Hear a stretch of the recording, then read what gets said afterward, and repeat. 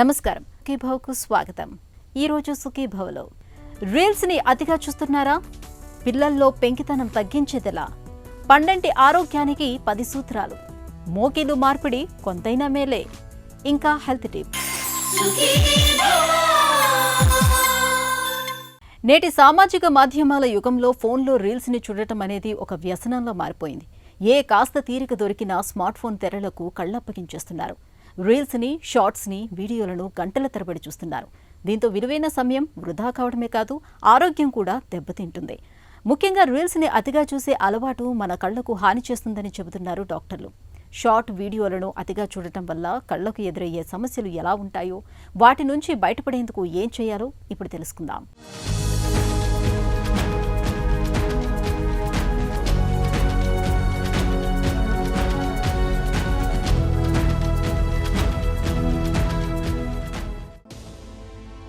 Cell phone 100 గ్రాముల ఈ డబ్బా మన జీవితాలపై చూపిస్తున్న ప్రభావం అంతా ఇంత కాదు.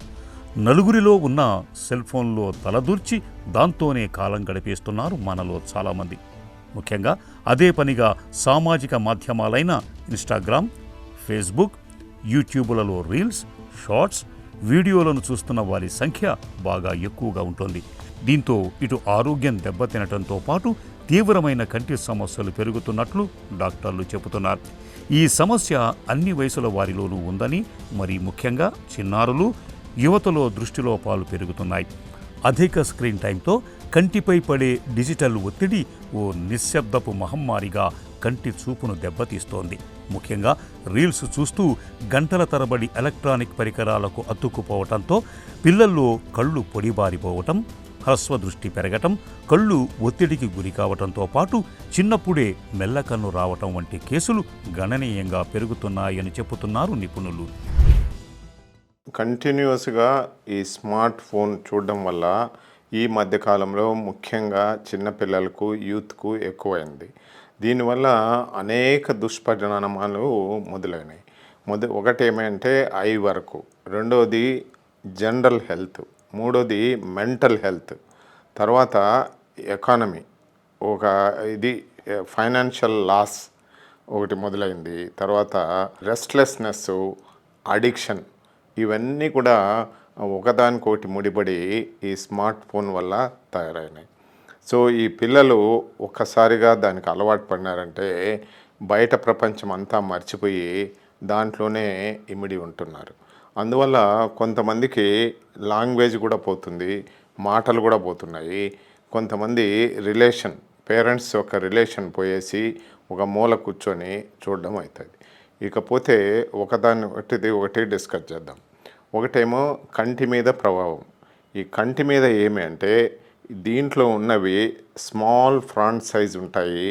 తర్వాత వేరే వాళ్లకు చూడకూడదు అనే ఉద్దేశంతో చీకటి గదిలో కూర్చోవడము, ఒక మూల కూర్చోవడము, ఆ కాంతి లేని చోట తదేకంగా చూడడం. సో దీనివల్ల కంటికి స్ట్రెయిన్ వస్తుంది. దీన్నే అకామిడేషన్ అంటారు. ఈ అకామిడేషన్ వల్ల కంటిలోని చిన్న చిన్న కండరాలు, సిలియరీ మజిల్స్ కంటిన్యూగా పనిచేయాల్సి వస్తుంది. అలానే ఎక్స్ట్రా ఆక్యులర్ మజిల్స్, కన్నును బయట కండరాలు కూడా వచ్చి ఫెటిగ్ ఫినామినా, ఐ స్ట్రెయిన్ అంటారు. దీన్నే డిజిటల్ సిండ్రోమ్ అంటారు, కంప్యూటర్ ఐ విజన్ సిండ్రోమ్ అంటారు. సో ఇది ఎంత ఎందుకు వస్తుందంటే కంటిన్యూస్ అకామిడేషన్ ఒకటి, కంటి రెప్ప ఆర్పకపోవడం వల్ల డ్రై ఐ రావడము వస్తుంది.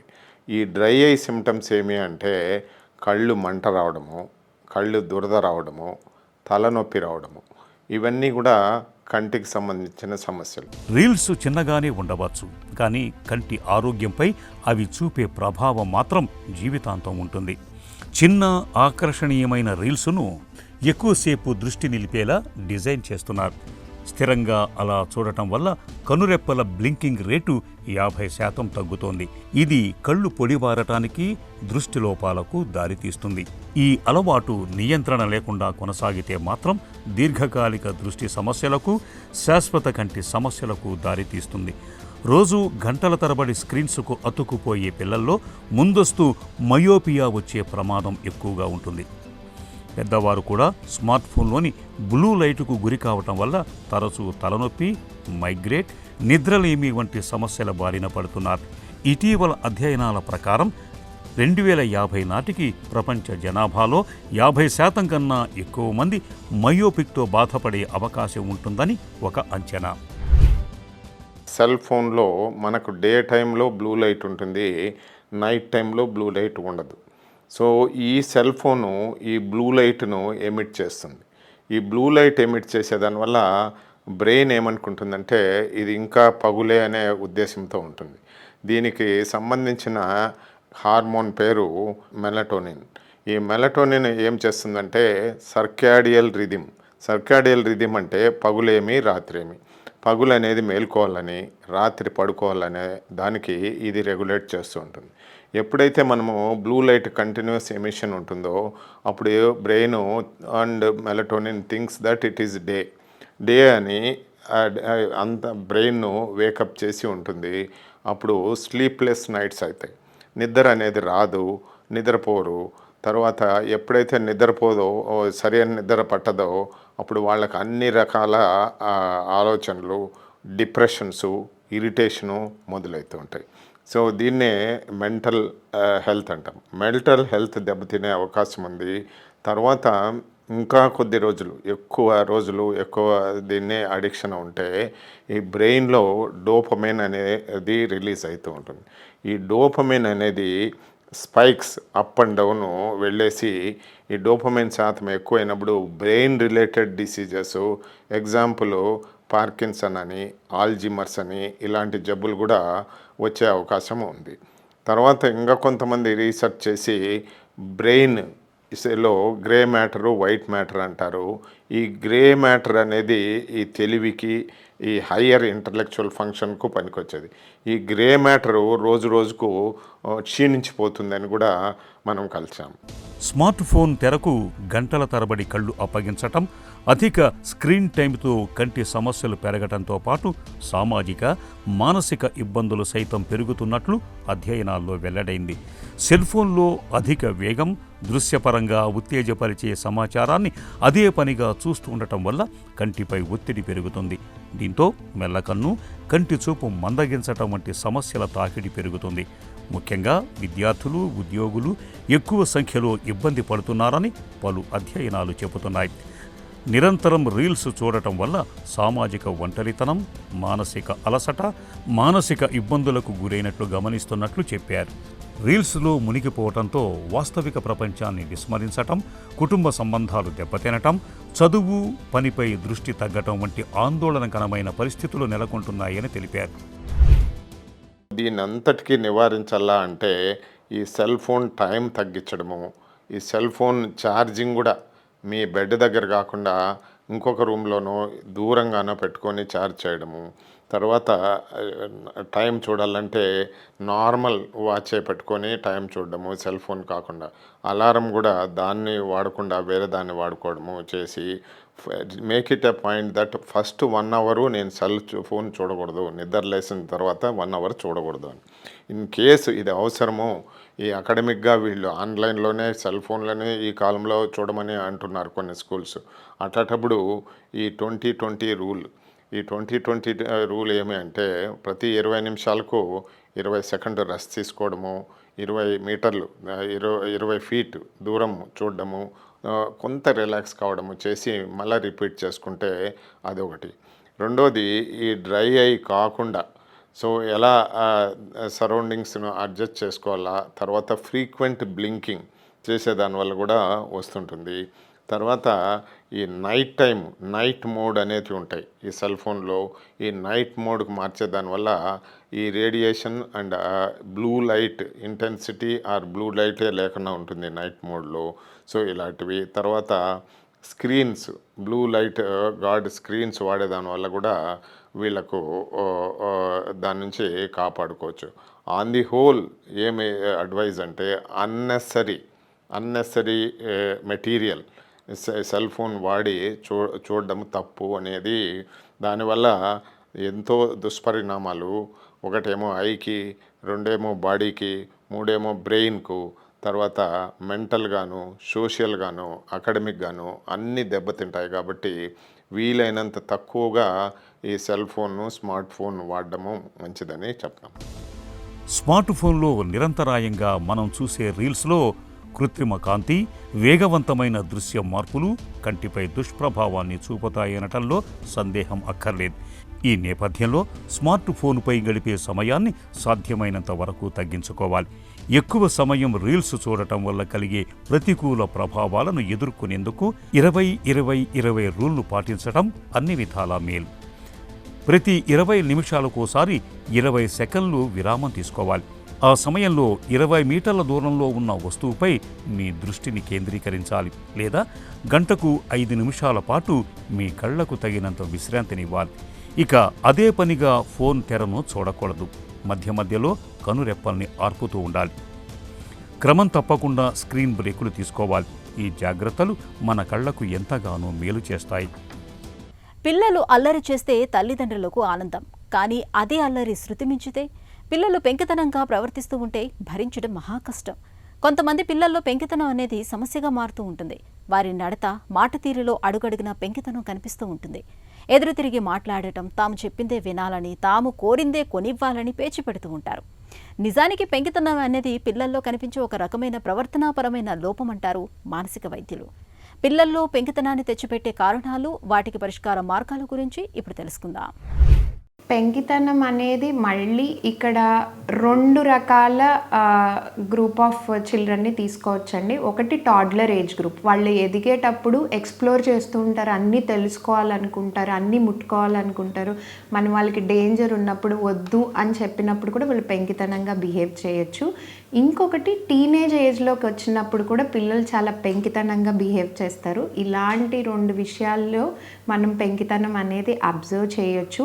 మనం పెంకితనమే కదా, అప్పుడు మనకి ముద్దుగా అనిపిస్తుంది, ఏదో ఒక విషయంలో చేస్తున్నారులే అని మనం కనుక దాన్ని పట్టించుకోకపోతే ఫ్యూచర్లో చాలా ప్రాబ్లమ్స్ వచ్చే అవకాశం ఉంది. వాటినే మనం డిఫరెంట్ బిహేవియర్స్ అంటాం.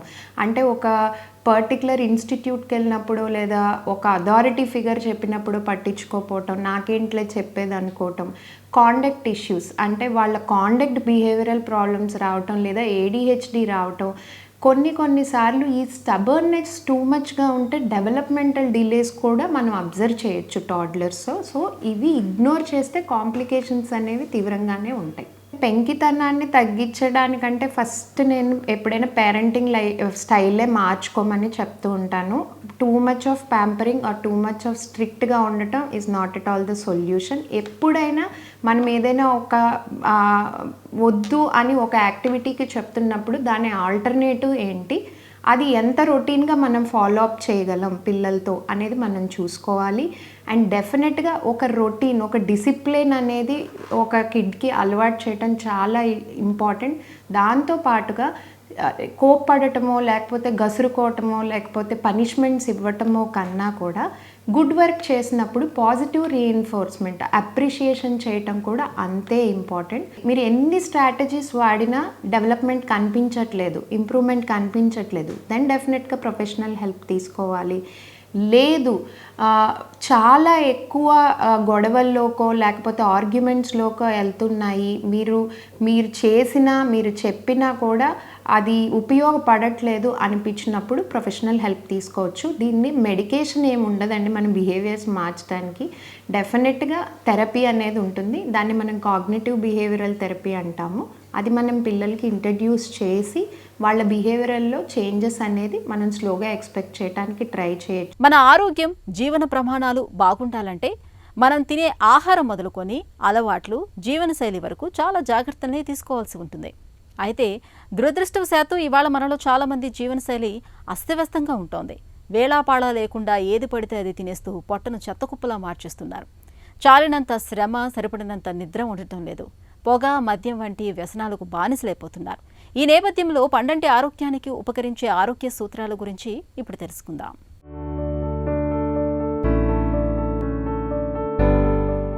మన ఆరోగ్యాన్ని దివ్యంగా ఉంచుకునేందుకు మన ఆహారపు అలవాట్లు, జీవనశైలిలో కొన్ని ప్రత్యేక జాగ్రత్తలు తీసుకుంటే మంచి ఫలితం ఉంటుంది. అవేమిటో ఒకసారి చూద్దాం. ప్రతిరోజు ఒక గ్లాసుడు పచ్చి కూరగాయల రసాన్ని తాగండి. పచ్చి కూరగాయల్లో యాంటీ ఆక్సిడెంట్ పోషకాలు సమృద్ధిగా ఉంటాయి. ఇవి ఆరోగ్యానికి ఎంతో మేలు చేస్తాయి. రోజువారీ ఆహారంలో ప్రోటీన్లు పుష్కలంగా లభించే ఆహారాల్ని ఎక్కువగా తీసుకోండి. ప్రోటీన్లు కణజాలాన్ని, ఎముకల్ని ఆరోగ్యంగా ఉంచుతాయి. విటమిన్ సి, విటమిన్ ఇ లభించే ఆహారాలను తరచుగా తీసుకోండి. ఆహారాన్ని మితంగా తీసుకోండి. మితాహారం అన్ని రకాలుగా మన ఆరోగ్యానికి మంచిది. వృద్ధాప్య ఛాయలు అంత త్వరగా మొదలవకుండా ఉంటాయి. వారంలో ఒకరోజు పచ్చి కూరగాయ ముక్కలతో తయారు చేసిన సలాడ్లను తీసుకోండి. బరువును తగ్గించుకోవటానికి ఇదొక చక్కటి మార్గం. ఆలివ్, సన్ఫ్లవర్, ఆవ నూనెల్ని వంటలో ఉపయోగించండి. వేపుళ్ళు, ప్రాసెస్డ్ ఆహారాలను సాధ్యమైనంత తక్కువగా తీసుకోండి. యోగా, ప్రాణాయామం, ధ్యానం వంటి ప్రక్రియల సాయంతో ఒత్తిళ్లు, మానసిక ఆందోళనలను సాధ్యమైనంత వరకు తగ్గించుకోండి. కుటుంబ సభ్యులు, బంధుమిత్రులతో అనుబంధాలను పెంపొందించుకోండి. మనలో వ్యాధి నిరోధకత చక్కగా ఉంటుంది. వారంలో 5 రోజుల పాటు కనీసం అరగంటకు తగ్గకుండా వ్యాయామం చేయటాన్ని ఒక అలవాటుగా మార్చుకోండి. పొగ, మద్యపానం వంటి చెడు వ్యసనాలకు దూరంగా ఉండండి. ఇలా అన్ని రకాలుగా జాగ్రత్తలు తీసుకుంటే మనలో జీవక్రియలు, వ్యాధి నిరోధకత చక్కగా ఉంటుంది. మన ఆరోగ్యము భేషుగ్గా ఉంటుంది. మలి వయసు జీవనాన్ని దుర్భరంగా మార్చే మోకాళ్ల నొప్పులకు పరిష్కారంగా ఇవాళ మొత్తంగా మోకిలు మార్పిడి చేయడాన్ని మనం చూస్తున్నాం. అయితే ఈ సర్జరీతో ఉన్న చిక్కేమిటంటే దెబ్బతిన్న మోకిలు భాగంతో పాటు ఆరోగ్యంగా ఉన్న ఇతర భాగాల్ని, లిగమెంట్లను కూడా తొలగిస్తున్నారు. దీంతో మోకాలి కదలికలు పరిమితమవుతున్నాయి. దీనికి పరిష్కారంగా పాక్షిక మోకిలు మార్పిడి సర్జరీ అందుబాటులో ఉంది. కార్టిలేజ్ కొంతమేరకు మాత్రమే దెబ్బతిన్న వారికి ఈ పాక్షిక మోకిలు మార్పిడిని ఒక చక్కటి పరిష్కారంగా చెబుతారు డాక్టర్లు. పాక్షిక మోకిలు మార్పిడి గురించిన పూర్తి వివరాల్ని డాక్టర్ని అడిగి ఇప్పుడు తెలుసుకుందాం.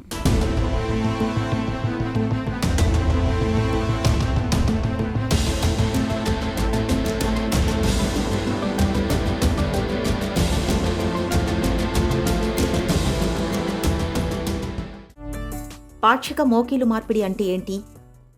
ఫస్ట్ ఆఫ్ ఆల్ మనకు అర్థమయ్యేది ఏమంటే నీ రీప్లేస్మెంట్ సర్జరీ ఏంటి. మోకాళ్ళ జాయింట్లో మీరు చూసినప్పుడు ఇక్కడ కొంచెం అంత ఎర్రగా ఉంది, అరిగిపోయింది. సో నీ జాయింట్లో లిగమెంట్ నుంచి కాదు కానీ లోపల ఉండే కార్టిలేజ్, జిగురు అరిగిపోయినప్పుడు దాన్ని మనం నీ రీప్లేస్మెంట్ చేస్తాము. నీ రీప్లేస్మెంట్ 2 రకాలు ఉంటాయి, partial replacement and total replacement. So ఈ రెండింటికి కొంచెం డిఫరెన్సెస్ ఉంటాయి, ఇంకా డిస్కస్ చేస్తాము. సో ఇక్కడ చూసిన ఇమేజ్లో మనం చూసిండేది ఇది టోటల్ రీప్లేస్మెంట్. అంటే టోటల్ జాయింట్ కంప్లీట్గా డ్యామేజ్ అయినప్పుడు టోటల్ రీప్లేస్మెంట్ చేస్తాము. కొన్ని కండిషన్స్లో 10% పేషెంట్స్లో ఓన్లీ 1/2 డ్యామేజ్ అయినప్పుడు దానికి పార్షియల్ రీప్లేస్మెంట్ చేస్తాం. So both are surgical procedures. రెండిట్లోనూ ఇంప్లాంట్ లోపల మెటల్ ఇంప్లాంట్స్ అండ్ ప్లాస్టిక్ వేస్తాము. ఇక్కడ చూసే దాంట్లో చూడండి, కింద మెటల్ ఉంటుంది, మధ్యలో ప్లాస్టిక్ ఉంటుంది, పైన మెటల్ ఉంటుంది. So both it same, only variety కొంచెం డిఫరెన్సెస్ ఉంటాయి. మొత్తం మోకీలు మార్పిడికి, పాక్షిక మోకీలు మార్పిడికి తేడాలేంటి? సో టోటల్ నీ రీప్లేస్మెంట్ అంటే ఇది మీకు చూపించిన ఇమేజ్ అండి. సో మన ఇమేజ్ ఇంప్లాంట్తో కాదు, without implant I will be able to explain. So ఈ జాయింట్ డ్యామేజ్ అయినప్పుడు లోపల భాగం అన్న డ్యామేజ్ కావచ్చు, అవుటర్ పార్ట్ అన్న డ్యామేజ్ కావచ్చు. అండ్ మీన్స్ మోకాల లోపల భాగం ఆర్ ద అవుటర్ సైడ్ కూడా డ్యామేజ్.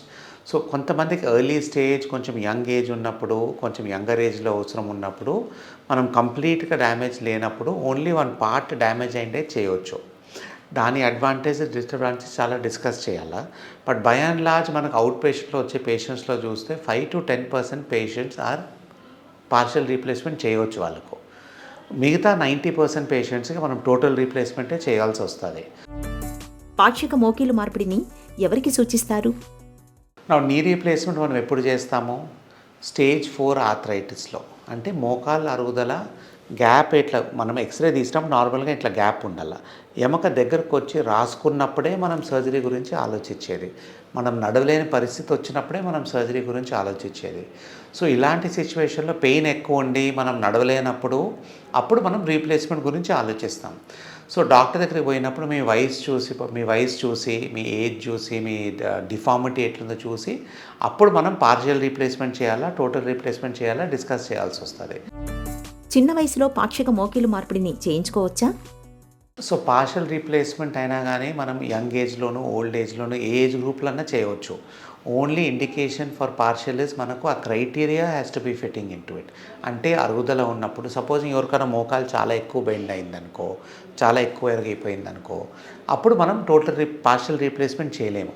సో 85%, 90% మనం టోటల్ రీప్లేస్మెంటే చేయాలి. నీ రీప్లేస్మెంట్ నార్మల్గా మనం చేసేది యూజువలీ 50 years పైనే వస్తున్నారు. 15-20 years బ్యాక్ అయితే we used to operate only patients 55, 60, 65 years తర్వాత. బట్ నౌ డేస్ మన success of surgery is very good. So knee replacement చేసిన తర్వాత by and large 20 to 25 year results బాగున్నాయి. ఈజీగా 20 years వస్తుంది కాబట్టి పేషెంట్స్ పెయిన్ ఉన్న వాళ్ళకి 50 years ఏజ్ గ్రూప్ ఉన్నా కొంచెం తక్కువ ఉన్నా కానీ పెయిన్ ఎక్కువ ఉంటే partial replacement or total replacement చేయవచ్చు. అందరికీ డ్యామేజ్ అయిన వాళ్ళకి మనం పార్షియల్ రీప్లేస్మెంట్ చేయలేము. ఓన్లీ 1 part డ్యామేజ్ అయ్యి అది ఓన్లీ మైల్డ్ మోడరేట్ ఉన్నప్పుడే చేయగలుగుతాము. సివియర్ డ్యామేజ్ ఉండి అన్ని కంపార్ట్మెంట్స్ డ్యామేజ్ అయితే results with total replacement are much better. పాక్షిక మోకీలు మార్పిడి విధానం ఎలా ఉంటుంది? Partial replacement also is a surgical procedure. దాంతో కొన్ని అడ్వాంటేజెస్ ఉంటాయి, కొన్ని డిసడ్వాంటేజెస్ ఆల్సో ఉంటాయి. అడ్వాంటేజెస్ ఏంటి? సర్జికల్ ప్రొసీజర్ ఇన్సిషన్ కొంచెం చిన్నగా ఉంటుంది, but the surgeon has to be well trained in doing the partial replacement routinely. అప్పుడే దాని రిజల్ట్స్ బాగుండేది. టోటల్ రీప్లేస్మెంట్ చేసినా కానీ పార్షియల్కి టెక్నిక్స్ వేరే ఉంటాయి అండ్ సర్జికల్ ఎక్స్పీరియన్స్ ఆల్సో వేరే ఉంటుంది. సో పార్షియల్ చేసినప్పుడు దాని life as compare to total replacement కొంచెం తక్కువ ఉంటుంది. నార్మల్గా టోటల్ రీప్లేస్మెంట్ చేసినప్పుడు 20 ఏళ్ళ వరకు అందరూ బాగానే ఉంటారంటాము. పార్షియల్లో అంత సక్సెస్ఫుల్ రిజల్ట్స్ లేవు. By and large 10 to 15 year results బాగున్నాయి, కానీ దాని తర్వాత దాని ఫంక్షనింగ్ అంత ఉండకపోవచ్చు. ఎందుకంటే పార్షియల్ రీప్లేస్మెంట్ చేసిన తర్వాత ఇంకో పార్ట్ డ్యామేజ్ అయ్యేది కానీ ఛాన్స్ ఉంటుంది. సో మనం కంప్లీట్ చేసినప్పుడు కంప్లీట్ రిపేరైజ్ అయినప్పుడు ఇంకా డ్యామేజ్ అయ్యేది ఏమీ ఉండదు. సో పార్షియల్లో అడ్వాంటేజెస్ ఆర్ కొంచెం స్మాలర్ ఇన్సిషన్ ఉంటుంది, రికవరీ కొంచెం ఫాస్టర్ ఉండొచ్చు. పార్షియల్లో లిగమెంట్స్ ఏది ముట్టుకోము. నార్మల్గా టోటల్ రీప్లేస్మెంట్ చేసినప్పుడు 1 or 2 లిగమెంట్స్ మనం మారుస్తాము, బట్ పార్షియల్ రీప్లేస్మెంట్ చేసినప్పుడు లిగమెంట్స్ ఏమీ ముట్టుకోము. ద మెయిన్ లిగమెంట్స్ మన పాత ఉండేవి అవే మెయింటైన్ అవుతాయి. ఓన్లీ డ్యామేజ్ అయిన లిగమెంట్ దగ్గర మెటల్ అండ్ ప్లాస్టిక్ పెడతాం. సో పేషెంట్స్ కింద కూర్చోవచ్చు. And compare to totally replacement పార్షియల్ది ఈజ్ మోర్ నార్మల్ ఫంక్షనింగ్. అంటే వాళ్ళకి నడవచ్చు, తిరగవచ్చు, అన్నీ చేసుకోవచ్చు. బట్ ఆబ్వియస్లీ కొన్ని సంవత్సరాల తర్వాత అది ఫెయిల్ అయినప్పుడు దాన్ని మళ్ళీ total replacement or revision total రీప్లేస్మెంట్కి కన్వర్ట్ చేయాల్సి వస్తుంది. మోకీళ్లు చుట్టూ ఉండే కార్టిలేజ్ అంటే మృదులాస్తి కొంతమేరకు మాత్రమే దెబ్బతిన్న వారికి పాక్షిక మోకీలు మార్పిడి నిజంగా ఒక వరమనే చెప్పుకోవచ్చు. ఆరోగ్యవంతమైన భాగాలను అలాగే ఉంచి పాక్షికంగా మోకీలు మార్పిడి చేయడం ద్వారా మోకాలి కదలికలు కూడా బాగుంటాయి. చిట్కా మీకోసం. షుగర్ జబ్బుని అదుపులో ఉంచుకునేందుకు రోజు భోజనానికి ముందు కూరగాయల ముక్కలతో చేసిన సలాడ్ను తినటాన్ని అలవాటు చేసుకోండి. సలాడ్లోకి కొద్దిగా మెంతుపొడి, కొంచెం అవిసె గింజల పొడిని కలుపుకోవడం మరీ మంచిది.